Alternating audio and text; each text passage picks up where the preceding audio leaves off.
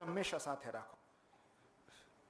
આ બ્યુટી છે આપણા બ્રેઇનની કે એકવાર સબકોન્શિયસમાંથી અચાનક આપણે એવું કે છે વિચાર આવ્યો, આપણે વિચાર પાસે નથી જતા. વિચાર આવ્યો ક્યાંથી આવ્યો? તો સબકોન્શિયસે એકવાર તમારામાં વિચાર પોપઅપ કર્યો છે, પછી તમે જો એને કેપ્ચર નથી કરતા તો એ બીજા કોઈ પાસે ચાલ્યો જશે. બીકોઝ અલ્ટિમેટલી આ યુનિવર્સ ઈચ્છે છે કે આ જગતમાં સારા આઈડિયાઝ આવે, સારું સર્જન થાય. એને તમને એક ક્ષણે પસંદ કર્યા છે. એને ઇફ યુ આર ઠીક છે, કાલ સવારે લખીશ, દેન કાલ સવારે બીજા કોઈ પાસે પહોંચી ગયો હશે વિચાર. હું ચાલવા જાઉં, મને મેક્સિમમ આઈડિયાઝ ચાલતી વખતે આવે. હું જ્યારે ચાલવા જાઉં ત્યારે તો હું મારો ફોન સાથે આપું છું અને આ હું રેકોર્ડ કરું છું. એટલે કોઈને એવું લાગે કે ભાઈ ફોન પર વાત કરી રહ્યા છે, પણ એકચ્યુઅલી હું મારી સાથે વાત કરતો હોઉં. તો હું મારી નવલકથા એ રીતે લખું છું. પછી આવીને મારે ખાલી એનું પેલું જ કરવાનું રહે.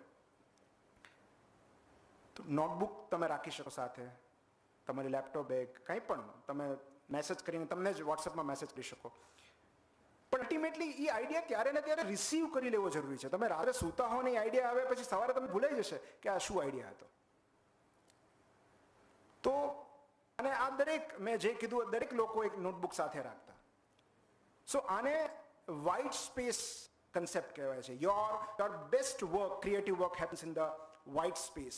વ્હાઇટ સ્પેસ એટલે એવો સમયગાળો દિવસ દરમિયાન જ્યાં આપણે એક્ટિવલી કશુંક નથી કરતા હોતા.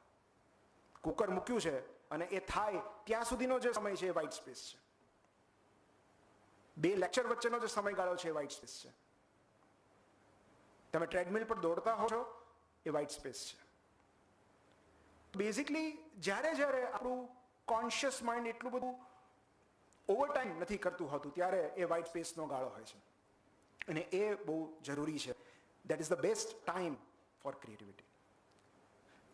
ફોર્થ ઇઝ આઇન્સ્ટાઇન્સ ટેકનિક, જે મને પર્સનલી બહુ જ ગમે છે.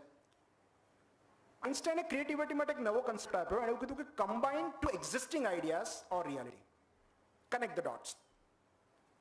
અને એકચ્યુઅલમાં અત્યારના મોટા ભાગના ફિલ્મ મેકર્સ આ જ વસ્તુ કરી રહ્યા છે. They are connecting the dots. 2, 3, 4 story કે 4 કન્સેપ્ટ ભેગા કરી અને નવું સર્જન કરશે. એમાં કશું જ ખોટું નથી. એક અદ્ભુત લેટર હમણાં મારા ધ્યાનમાં આવ્યો, જે માર્ક ટ્વેને, લેખકે હેલેન કેલરને લખેલો, અને એનું ટાઇટલ એવું હતું કે all ideas are second hand, originality is a myth. અને એકચ્યુઅલમાં આપણે કશું નવું કહેતા જ નથી, બધું જ કહેવાય ચૂક્યું છે. કોઈ વાર્તા બાકી નથી, કોઈ કથા બાકી નથી, બધું જ કહેવાય ચૂક્યું છે. આપણે તો ખાલી બધું અલગ અલગ સંયોજન કરીને આપણને લાગે છે આપણે સર્જન કરી રહ્યા છીએ, પણ તેમ છતાં એ આપણા દ્વારા થયેલું છે, એટલે મહત્વ છે. એટલે અહમ બ્રહ્માસ્મિ મેં લખી તો મેં ત્યારે એક બુક વાંચેલી, ધ પ્રૂફ ઓફ હેવન. અદ્ભુત પુસ્તક, એક ન્યુરોસર્જને લખેલું, અને મારી પાસે સાયન્સ તો હતું જ. તો મને એમ થયું કે આ બેનું કોમ્બિનેશન કરીને કંઈક નવું થઈ શકે. સો I wrote Aham Brahmasmi, which is a combination of spiritual science and medical science. તો બે એક્ઝિસ્ટિંગ આઈડિયાઝને જોઈન કરી દેવા એ પણ એક ક્રિએટિવિટીની રીત છે. અને એ રીતે પણ તમે નવા ક્રિએટિવ આઈડિયા તમને આવી શકે.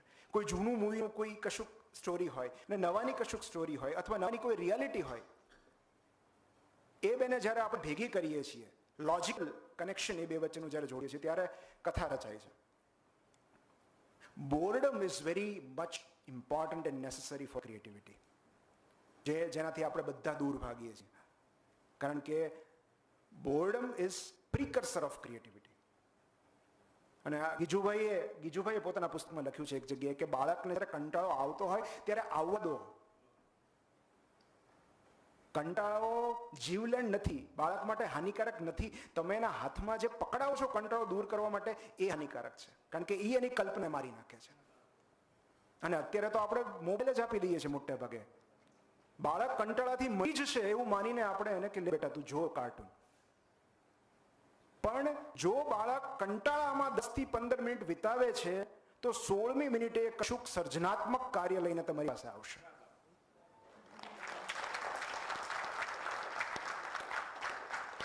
અને આ જગતની જેટલી અપ્રતિમ કૃતિઓ રચાય છે એ મોટાભાગની કંટાળામાંથી જ ઉદ્ભવી છે. કે સર્જકને જ્યારે બહુ જ કંટાળો આવ્યો કે હવે કંઈક કરવું પડશે, ત્યારે સર્જન થયું છે. પણ કંટાળા સાથે બેસવું પડે છે. આપણે the shortest way to come out of boredom is screen. કોઈ પણ સ્ક્રીન હોય તો જે કંટાળા સાથે સમય પસાર કરી શકે છે એ શ્રેષ્ઠ સર્જન કરી શકે છે. દેન આઈ વુડ સે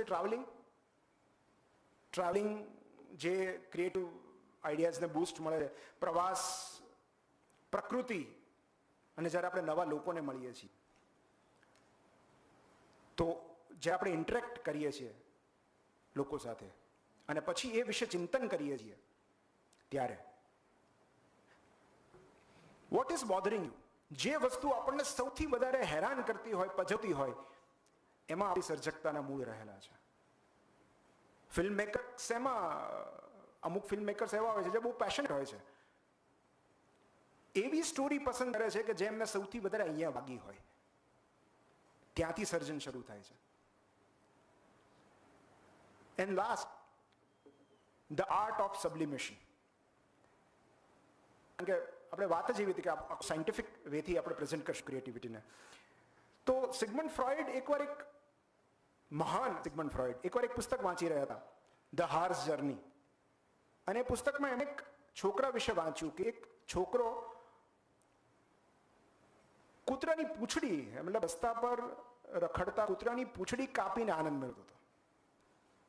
મતલબ કૂતરાને પકડી એની પૂંછડી કાપી નાખે. મતલબ એમને એમ થયું કે આવું સેડિસ્ટ બાળક, જેને આટલું પ્રાણીઓને ઈજા પહોંચાડીને, પ્રાણીઓને હેરાન કરીને એમાં મજા આવે છે, એ મોટું થઈને કેટલું બધું આક્રમક થશે, કેવું ક્રિમિનલ માઇન્ડ હશે એનું. પછી એમણે આગળ જઈને પુસ્તક વાંચ્યું તો એમને ખ્યાલ આવ્યો કે એ માણસ મોટો થઈને ગ્રેટ સર્જન જોહાન ડાયફનબેક બન્યો, જેમણે રિકન્સ્ટ્રક્ટિવ સર્જરીના પાયા નાખ્યા. સિગમન્ડ ફ્રોઈડને બહુ નવાઈ લાગી કે જે બાળક બાળપણમાં કૂતરાની પૂંછડી કાપતો હતો, એમાં આનંદ આવતો હતો, એ રિકન્સ્ટ્રક્ટિવ સર્જન કઈ રીતે બન્યો, જેણે દુનિયાને આખો નવો કન્સેપ્ટ આપ્યો. અને ત્યાંથી એમણે થિયરી શોધી, ધ આર્ટ ઓફ સબ્લિમેશન. તો સબ્લિમેશન એટલે કે આપણામાં રહેલી એવી ઉર્જા જે ક્રિએટિવિટીમાં પરિણમે છે. એ સારી હોય, ખરાબ હોય, કોઈ પણ ઉર્જા, નકારાત્મક ઉર્જા પણ.